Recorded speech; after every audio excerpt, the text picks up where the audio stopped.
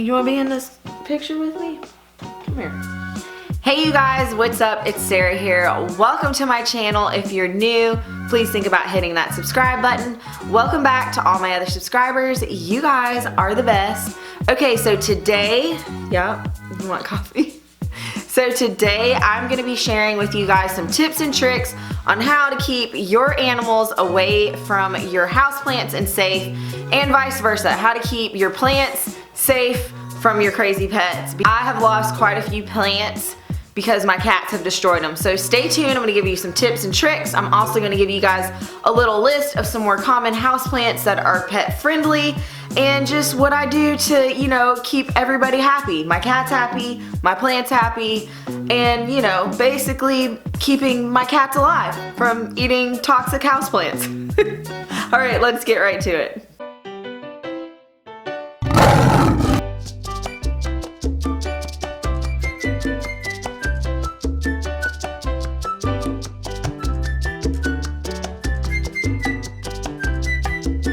Okay you guys, so today I'm going to talk about my tips and tricks to keep your plants and your pets safe.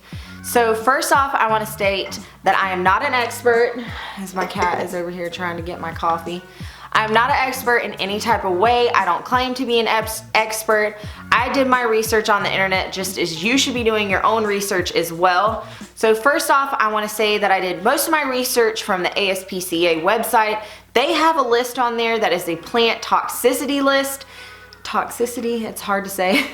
And on there, it is a giant list of tons of plants that are toxic. And it also does ranges sort of like mildly toxic, highly toxic, you know, on their website. So go ahead on there.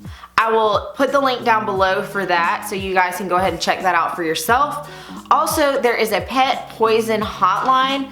Now, I will link the number down below that if your pets get into something, if they get into your plants, you can call this hotline. They also have a text number that you can text them and they can help you out. So that's super, super helpful. It's something really great to have on hand if you have animals in general, because my animals have definitely ate some things before that has worried me and it's ended up being fine. But you know, it's really good to know that there is help out there if you do encounter a problem. Okay, so if your pets eat a toxic plant, basically what can happen is it can cause stomach irritation and it can cause vomiting or diarrhea, even skin irritation, and it can actually lead to death. So it is very serious.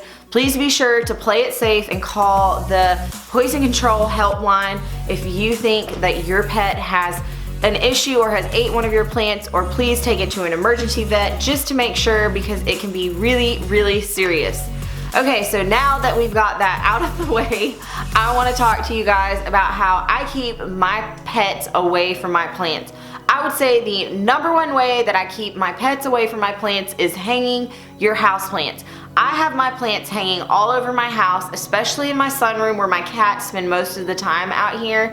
And what I do is we just go to Lowe's or Home Depot and I get a big hook, and my husband, he drills a hole in the ceiling. We do try to find the studs and we just screw that hook up into the ceiling and we hang the plants that way. I feel better knowing that they're in a stud because after I water them, plants can be really heavy, and I think this is the safest way. This is the number one way. I do purchase macrame hangers from Amazon.com, which they're pretty cheap, and I like the macrame. I just like the way that that looks. That helps with not just seeing the ugly plastic containers, but honestly, it's more about keeping your pets and your plants safe. And my plants do really well hanging. They like it. They seem to have grown a ton. So tip number 2 is, let me show you, I got one right here.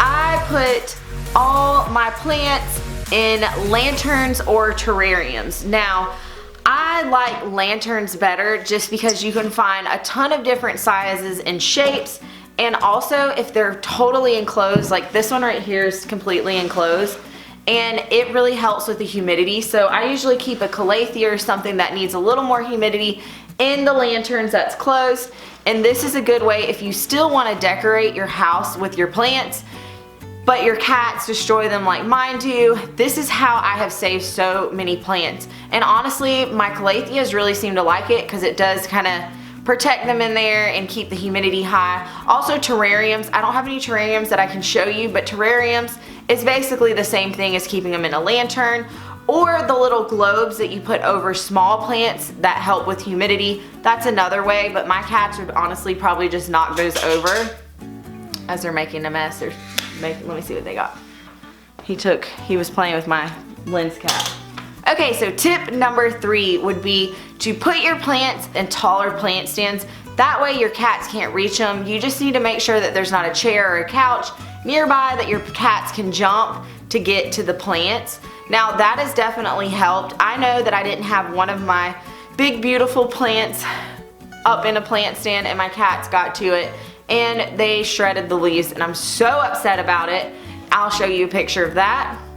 But putting them up in plant stands can really help. Okay, so tip number 4 or 3, I'm not sure what this is to put your plants in cabinets, glass type cabinets. But I know IKEA sells glass cabinets that's all glass and it's an enclosed cabinet. That is a great way to keep your pets away from your plants. I don't have one that I can show you, but I did do some research and I was looking for one before I turned one of my bedrooms into a plant room as a way to keep my cats out of my plants. So I know IKEA has a couple different versions. I know they have one that's actually a bathroom cabinet that's more of just kind of a single square type, and that one's really cute. And if you don't have an enclosed glass cabinet like that, what I like to do is I like to cluster my plants, meaning I put a ton of plants together on the shelf. That way there's no room for my cat to jump the shelf and to get to the plants. And this has actually worked for me, and it's better for your plants too for higher humidity. Even on my glass shelf that I have out here, I felt like my cats would still try to jump it, but once I filled it up, there was nowhere for them to jump to, so it totally knocked that out. So that is another good way to keep your cats from killing your plants. Okay, tip number 5, if your cats are diggers, my cats destroy all of my plants, but I know that there are some cats that like to just dig in the soil. You can put Decorative Rocks, they sell them at Home Depot or Lowe's, you can pretty much get them anywhere. It's the river rocks. You can put those on top of your plant and it's not going to harm your plant in any way. I've actually heard that it can help if you have a fungus gnat problem, because the fungus gnats get into the moist soil and that's where they lay their eggs. And that's when they hatch and you have a fungus gnat problem. So that can actually help prevent fungus gnats. But if your cats are diggers, that's a great way to keep your pets from digging in your plants, is to put rocks all on the top, and it's super cute and decorative as well. Okay, so tip number 6, another really good way is to have a no pet zone. So basically what I've done is I've turned a room in my house into my plant room / jungle room, and I have no pets allowed in there. I keep my dogs out of there, I keep my cats out of there, I shut the door, and that's where I keep the majority of my plants. Seriously, you guys, this has helped so much. I can put plants on the ground, I can decorate it however I want. If you guys have the space to do that, I would highly recommend it, because it has made life so much easier, because there's some plants that I just don't want to be hanging or have them up in a plant stand. I want to put them on the ground, and that's just how I like to keep them. So this has helped a ton, but just be careful, because as soon as I open the door in there, my cats literally just run in there any chance that they get, and they want to get to my plants. So another way that is, I feel like it's probably a no-brainer, is keeping your plants up away on shelves, on top of your fireplace, not on your fireplace, on top of your mantle, over top of your refrigerator, anywhere that your cats cannot reach or jump to. Now, you can get those really cute, adorable little floating shelves. You see them sometimes in bathrooms.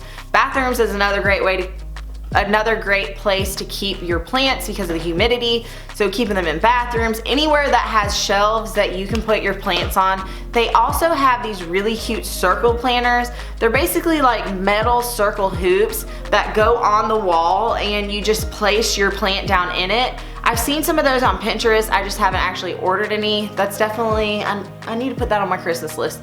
Those are really cool because they just look like the plants are floating. So get creative, you guys. Okay, so this is the last tip that I'm gonna share with you guys. I've already lost track. I don't know how many I did. Give your pets a designated garden, you could say, of their own. I did just order some cat grass from Amazon. They were super cheap. I think it was like $3 for some seeds, and you can just plant those up and you can have your cats can have their own little garden and stuff to chew on. So I haven't actually done it yet, so I'll let you guys know once I do it if that helps.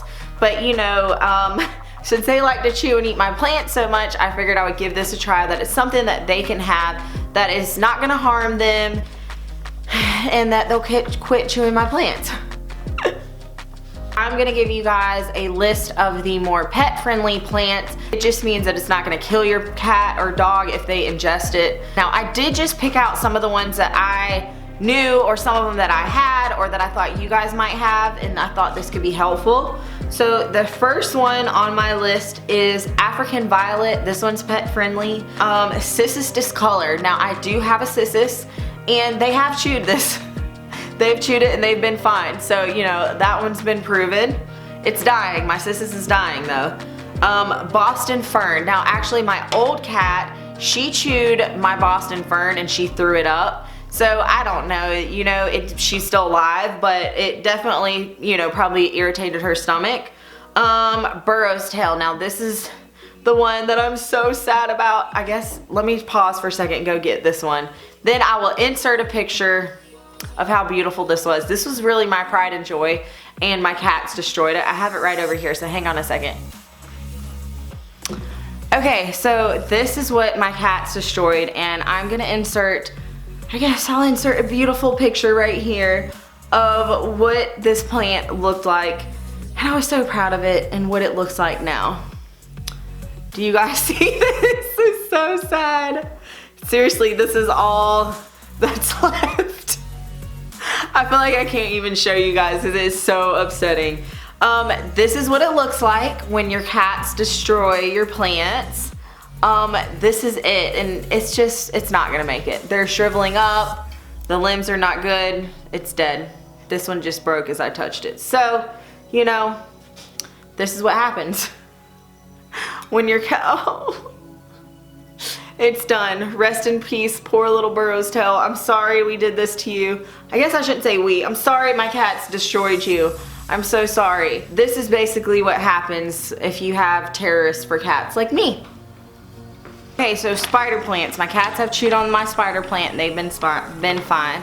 Spider plants, goldfish plants, staghorn fern, which most of those are normally mounted, so you know, you're probably pretty safe on that anyways. Jewel orchids, which I don't actually have any orchids. Hoya Hindu rope. That one, I would be so disappointed if my cats chewed it, but I have it hanging. That one's not toxic either. Can't talk today, you guys. Some calatheas. Now, I do know that the calathea orbifolia and the rattlesnake calathea are not toxic to your pets, but you'll have to do more research and find on the other varieties. I'm not 100% sure on. Bromeliads. Christmas cactus. This is good because Christmas cactus are, you know, going around right now that they're not toxic to your animals. I do know that poinsettias are highly toxic to your animals or your children. So please keep them away from your pets, especially when the leaves, when they break, they have a milky white substance in it, and it's highly toxic to your pets and animals. So on with the Christmas theme, please keep those away from your pets and children. The Hoya pubicalyx is not toxic. The Hoya carrii, which I do have a single leaf carrii, I want to get a bigger plant. The lipstick plant is not toxic. The last one I have on my list is the Venus flytrap. That one is not toxic either. Okay, you guys, so I really hope that this video helped you guys understand some tips and tricks on how to keep your pets and your plants safe from each other. This is just what has worked for me. Please make sure to do your research. But thank you guys so much for tuning in and watching and liking, subscribing. You guys are the best. Also, I wanted to know if you guys would be interested in seeing some craft type things. I am getting married in just a couple weeks and I plan on doing some centerpiece things. I'm also going to be making my flower bouquet. So if you guys are interested in seeing any of that, please leave me a comment down below and let me know. And I'll be sure to film it and bring you guys along with me. So thank you so much for watching. I'll see you guys again soon. Bye.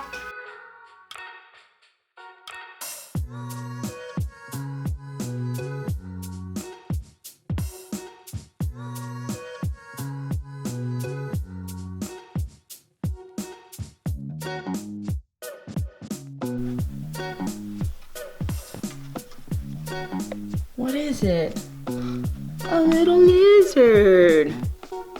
I'm gonna have to save him from you. Put him outside. You wanna get him, don't you? Oh my gosh. You wanna get him, don't you? You wanna get him? Yeah? No, not my camera.